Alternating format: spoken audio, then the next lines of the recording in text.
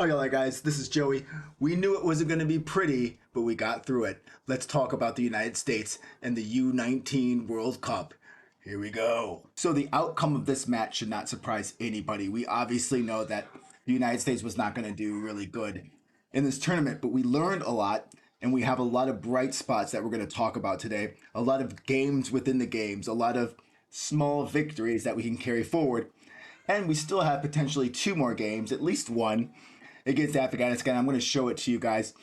You know, I'm not the most knowledgeable or skillful person talking about cricket. I hope to be that one day, but I'm going to do the best I can in explaining how I feel about the team, what I think was good and what I think was bad. The first game that we played was against Ireland, and yeah, this was probably our worst game. We were all out, only scoring 105 runs. And then so Ireland took 22.5 overs to get the eventual run chase. So they won by 7 wickets with 163 balls remaining, which is, not good on our run rate, not good for us. And if you look at our bowling, we did get 3 wickets, which was, kind of good here. Let's take a look. Consistently, what you're going to find in this tournament is one guy that stands out, and that's Arya Garg. Hey, they don't show his picture? Damn. He was that guy in my one video that was showing the USA patch. Freaking love this kid. He's only 16 years old. My God, my God. My daughter's 12. Okay. And he's from Parsippany, New York. Okay. So this kid is going to be the player in the senior team that's going to shine. He's a great bowler. So in this first game against Ireland, he got 2 wickets with an economy of 6.2. Really good, really happy with his stuff. But you also have, bright points here in the bowling. Like if you look at Rayan Baghani's economy rate, he did really good. Kush Balala in this specific game I thought was spectacular, both in bowling and in batting. So you see here we have pretty good rates for bowling, but if you go to our batting, this is where it looks really bad. And I'm just going to be honest about it. You see rates like Arepali, 13 for 25 balls, or no, sorry, 11 for 52 balls. That is just a really, really dismal strike rate that we can't continue to do. I don't know if the coaches were telling them, we want you to just not get out and just get through the overs. I don't know what was happening, but these strike rates are really, really low. If you look at Subramanian, which he did really good in the other games, not so much in this game. And then if you look at, he got 2 really good 4s and kind of carried us late in the game, and he was never out. So I was kind of sad to see him not in the game today with India, because he was my favorite player after this game. I just thought he was really good. So finishing the game against Ireland, there was not much to really root for other than some good bowling, but the batting just was really, really bad. Okay. So let's skip to, and Ireland sucks as a team anyway. I mean, they're in 3rd place. Okay. Let's go to Bangladesh versus Ireland. I was only able to watch a couple of highlights of this one, was not able to watch it live, unfortunately. But I heard a lot of comments from you guys, my YouTube family, saying that we did really well. We scored 170 runs, got to the 47th over, which is really good. And we got 7 wickets. Again, our bowling is where it's at. Let me show you our bowling right here. Okay. Where is it? Okay. This is our bowling. Garg, no surprise. 3 wickets. Okay. At 10 overs with an economy of 6.8. This guy delivers, okay? Garg delivers, okay? So if you're ordering something, this guy delivers, okay? So, yeah, he's my new favorite player of all time. And then you have Subramanian, which is starting to shine in this game, and eventually in the next game really starts to shine. Natkarni got 2 wickets, and Patel, Kush Balala,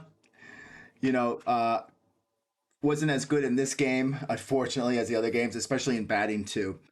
But if you look here in our bowling, we held them to under 300 runs. And for us, that's a victory.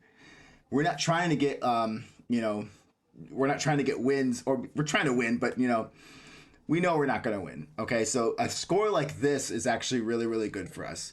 So I'm very, very happy with this overall, especially with the bowling. But the batting, again, you see the same type of problem. Siddharth Kappa, 18 for 44 balls. That's just not going to cut it. And if you look in the lower lineup here, you know, Aryagar, 0 for 15. Subramanian, all out for 0 for 1. Okay, all out for nothing off one ball. So that's a duck. That's a golden duck, right? Natkarni, 0 for 5. You know, these are not good numbers. And so we're just wasting batters. 4 batters in this lineup got 0 runs. You know, obviously late in the lineup, you're not expecting much, but you do want these guys to produce. So we have to get much, much better at batting. And you have the, you know, beginning strikers, Chetty Palayam, you know, for us, that's pretty good. 57 runs off 90 balls. But I'd like to see more aggressivity. I'd like to see more urgency in the batting because you've seen just a lot of defensive plays the whole game. And not only is that boring for, you know, fans to watch, but and I don't care. We're not here to entertain you guys, you know, but you know, we do want to see more urgency in the batting. You just don't see very many really good strikes. But Chetty Palam got 4 or 8 fours in this game, so he was actually really, really effective at certain times. He was run out, and I think in this game, if I remember, there was really 2 bad run outs at the start of the game. So Chetty Palayam and Meta, Bhavya Meta, were both run out at the start of the game. Just not really good efficiency, you know. So we got to work together on those things. So obviously, I'm not the most knowledgeable guy in cricket, so this was a good loss, okay? But we know where we can be better. And, like, why would you listen to me say it? I'm sure the coaches and things could say it way better. India, and, you know, they've won like a billion U19 tournaments, so they're kind of coming in with a lot of experience. And one of my friends, Nikalesh, said, you know, what did he say? India has a benefit in that they play Test cricket and they have a better structure in that, and I think that's kind of hurting us. And I'm wondering what we need to do as USA to get more experience, maybe get some, you know, first class experience with these young people. I don't know how that works, but that was something. And if you look at the commentary, it says, as one-sided a win as it can get for India. Is that, you know, kind of, yeah, that is one-sided. But they're well-oiled going into the Super Sixes. And it said that United States was just content to finish the overs, which we were. I didn't like that. But we leave with 3 losses, and we've learned a crap ton. So I think that's good overall. So one really good thing about the United States was that Aryan Nadkarni was able to get 2 back-to-back sixes in a row. He was getting really aggressive. This was towards the end of the game in like the 44th over. And boom, he hits it, and boom. I thought he was just going to keep going. He got a double the next play after that. But I was kind of sad to see him go back into defensive mode. And if you look here, we were very just content to finish out the overs. Look at so Siddharth Kappa went 18 for 60. I was also sad to see no Kush Balala here. So you just really, really low strike rates. You know, 27 for 71 with Arepali. Chetty Palam, okay, he's really good. I'm really happy with him starting, but he just didn't have a good game this time around. So you just see here kind of sparks, just a little bit of spark, but not enough to set a fire. I think if you get a couple more years of experience under these guys, will be a lot better. I just hope they're aggressive more than anything in the batting, because this is not nearly as aggressive as we need to be in the batting. Let's take a look at the bowling. Okay, our bowling. Arya Garg, only 1 wicket this time. He had an economy of 6.1. So good. And Subramanian, which he really shined in this game, especially in bowling. So he was great. 2 wickets, economy of 4.5. He was just an absolute stud this whole game. He was really hard to hit off of. So excellent, guys. I think that was great. So you see the economy here. Obviously, put up 326 runs by the bowling. Our bowlers did. But I think this was a small victory here, and then the small victory that Natkani got with those 2 6s back to back. And then look at all those beautiful 4s here. So a lot to look forward to. We did hit some good things when we were able to, but it's not going to be enough. It's not going to be enough, and we got to do better.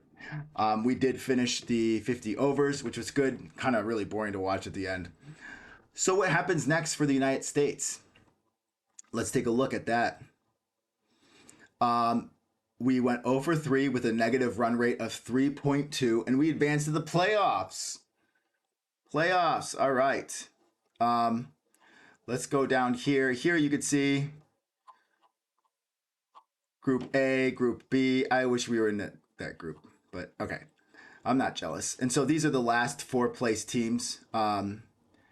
And you have the United States versus Afghanistan, Scotland versus Namibia. And I don't know how this will work out, but I think what will happen is if we win, we'll play the winner of Scotland and Namibia. If we lose, we'll play the loser of Scotland and Namibia. So yeah, that's that. Can we beat Afghanistan? Let's take a look at what Afghanistan is able to do. They're not nearly as good as their senior team, so I'm not too afraid. But there was a game that went down to the wire with Nepal that you need to watch. I haven't yet to watch that too. So Afghanistan been pretty dismal in this tournament. So we'll be able to beat them. I have no idea, but this is the tournament that counts, I think, in our mind. So we're going to cover this extensively here on the channel. How do we beat Afghanistan? If we lose, how do we beat Scotland or Namibia? So Scotland also played dismally. I think Scotland's going to lose, so we might face Scotland in the next game after that. We shall see. Now, who do I think is going to win this tournament here? I don't know, and I don't really care so much. I want Nepal. That's my team. Okay, so we're going to root for Nepal. This channel is going to root for Nepal because I think that is the only not tier 1 team. And so we're going to root for Nepal, and we're going to root against Australia because they don't need any more wins. Okay, they do not need to win any more things. They've won enough. So you guys can take a break from winning now. And maybe root for West Indies. Oh my gosh, that's horrible. Zimbabwe, how did you get to the next round? That's all I got to say about that for now. It was a great tournament. I'm so happy to be part of it. ODIs are not dead. Had a lot of fun with this. So check out my channel because I'm going to be talking about some of the roster is forming for the T20 World Cup in June. And I got more information about Major League Cricket starting in July. So check it out. Like and subscribe. Leave a comment down below. I love you guys so much. And I will see you in the next video. Peace.